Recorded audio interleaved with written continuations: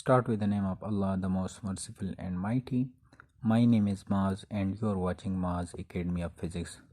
Student, जैसे कि आपको पता है कि आज हम स्टार्ट करने जा रहे हैं एफएससी पार्ट फर्स्ट यानी फर्स्ट ईयर फिज़िक्स की chapter number 9 physical optics. Student, जिस तरह आपको पता है कि हमने क्लास 10 के चैप्टर 2 में ज्योमेट्रिकल ऑप्टिक्स में पढ़ा था कि वहाँ पे हमने जो थे लाइट के बारे में पढ़ा था कि रे ऑफ लाइट के बारे में, रिफ्लेक्शन और रिफ्रैक्शन, इस तरह डायफ्रैक्शन के बारे में पढ़ा था। तो यहाँ पे जो है वो हम पोलराइजेशन, इंटरफेरेंस, डायफ्रैक्शन वगैरह फिनोमेना के बारे में पढ़ेंगे। तो सबसे पहले हम इसके डिफिनीशन से स्टार्ट करेंगे कि फ़िज़िकल ऑप्टिक्स क्या चीज़ है। तो यहाँ पे हम स्टडी करेंगे कि physical optics is the branch of optics that study the interference, diffraction, polarization and other phenomena for which the ray approximation of geometric optics is not valid। यहाँ पे हम ऐसे फिनोमेना को स्टडी करेंगे जिसके लिए रे ज्योमेट्रिक ऑप्टिक्स जो थे वो अनवैलिड था। तो इसलिए यहाँ पे फ़िज़िकल ऑप्टिक्स की ज़रूरत पड़ी और वहाँ यहाँ पे हम फ़िज़िकल ऑप्टिक्स के बारे में पढ़ेंगे। अगर हम यहाँ पे थोड़ा नज़र डालें तो इंटरफेरेंस और डायफ्रैक्शन फिनोमेना इजीली अंडरस्टूड थी, लेकिन पोलराइजेशन फिनोमेना जो है वो थोड़ा बहुत मुश्किल है। तो यहाँ पे हम पोलराइजेशन फिनोमेना को भी क्लियर करेंगे। अगर हम इसकी हिस्ट्री पे नज़र डालें तो 945 एडी में इब्नुल हैतम जो थे उन्होंने फर्स्ट टाइम स्टडी की थी nature and properties of light के बारे में। उन्होंने लाइट के प्रॉपर्टी के बारे में जो थी या इसके नेचर के बारे में स्टडी की थी 1945 एडी में। अगर हम मुस्लिम साइंटिस्ट के बारे में बात करें तो अल-हुज़न जो थे वो फर्स्ट मुस्लिम साइंटिस्ट थे जिन्होंने रिफ्लेक्शन फिनोमेना स्टडी की थी, और he organize that angle of incidence and angle of reflection are related to each other but he was unable to discover it. Student, अगर हम यहाँ पे देखें तो हम नेचर ऑफ लाइट के बारे में बात करेंगे, और नेचर ऑफ लाइट के बारे में मतलब साइंटिस्ट की मुख्तलिफ़ किस्म की राय थी कि light behave like a particle and some say that light behave like a wave. So अगर हम यहाँ पे देखें मैक्सवेल जो था वो 1873 में ही show that light is a form of high frequency electromagnetic wave. According to Maxwell light जो था वो high frequency of electromagnetic wave था, और ये electric field and magnetic field vector are oscillating perpendicular to the direction of propagation of wave.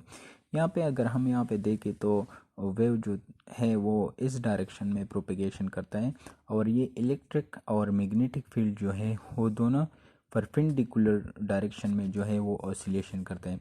तो ये जो है ये हमारे पास फिगर है इलेक्ट्रोमैग्नेटिक वेव की एक ग्राफ की शक्ल में। इसके बाद अगर हम यहाँ पे नज़र डालें तो इस मैक्सवेल थ्योरी के मुताबिक उन्होंने 2 प्रेडिक्शन जो थी वो पेश की थी। फर्स्ट प्रेडिक्शन जो था वो ये था कि wave velocity should be v is equal to 3 × 10⁸ meter per second.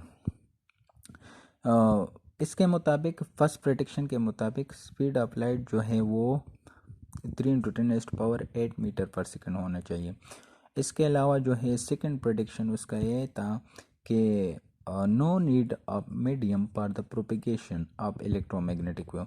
मतलब इसका ये कि इलेक्ट्रोमैग्नेटिक वेव के प्रोपेगेशन के लिए मीडियम की ज़रूरत नहीं है। जिस तरह हम और साउंड वेव या कुछ इस तरह वेव के बारे में बात करेंगे तो इसके लिए मीडियम की ज़रूरत होती है, लेकिन यहाँ पे जो हमारे पास इलेक्ट्रोमैग्नेटिक वेव है इसके लिए मतलब कोई मीडियम की ज़रूरत नहीं है प्रोपेगेशन के लिए। तो स्टूडेंट, अब हम पढ़ेंगे डुअल नेचर ऑफ लाइट के बारे में। डुअल नेचर ऑफ लाइट का मतलब ये है कि साइंटिस्ट मुख्तलिफ़ किस्म के राय देते थे कि कुछ कहते थे just like Newton and Huygens, इसके मुताबिक light behave like a wave, but according to Einstein कह रहे थे कि light behave like a particle.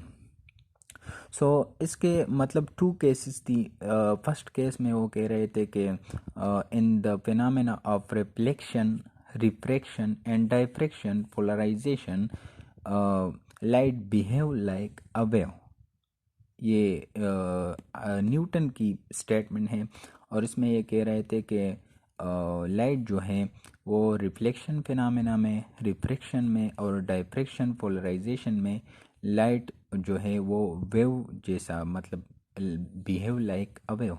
इस तरह अगर हम सेकंड केस में देखें तो सेकंड केस में according to the Einstein in Compton effect and photo electric effect light behave like a particle. ठीक है, कॉम्पटन इफेक्ट में अगर हम देखें या फोटो इलेक्ट्रिक इफेक्ट में, तो इसमें लाइट जो है वो एज अ पार्टिकल बिहेव करता है। अच्छा इस तरह हम वेव फ्रंट के बारे में बात करेंगे। सो वेव फ्रंट क्या है, जिस तरह हम एक स्टोन ले और इसको मतलब एक तालाब में या एक लेक में जो है वो ड्रॉप करते हैं, तो वहाँ पे इस तरह रिपल जो है वो इसकी वजह से बनती है, जिस तरह हम स्टोन वगैरह ड्रॉप करते हैं। तो जो फर्स्ट रिपल बनता है तो यहाँ पे इसका जो पार्टिकल होता है इसकी फेज जो है वो सेम होती है इस मीडियम में, तो इसको हम क्या कहते हैं, इसके वेव फ्रंट कहते हैं। चलो इसके डिफिनीशन के बारे में स्टडी करते हैं कि वेव फ्रंट क्या है। तो the position of all those point in the medium which have the same phase is known as wave front. यहाँ पे अगर हम यहाँ पे देखें तो यहाँ से हम स्टोन ड्रॉप करते हैं, तो यहाँ पे ओरिजिन ऑफ द वेव है, यहाँ से जो है वो वेव जनरेट होती है। तो यहाँ पे पार्टिकल डिस्ट्रीब्यूट होना स्टार्ट करते हैं। तो इस फेज़ में जितने पार्टिकल हैं इसको हम all particle in the same phase are called wave front. So student next chapter में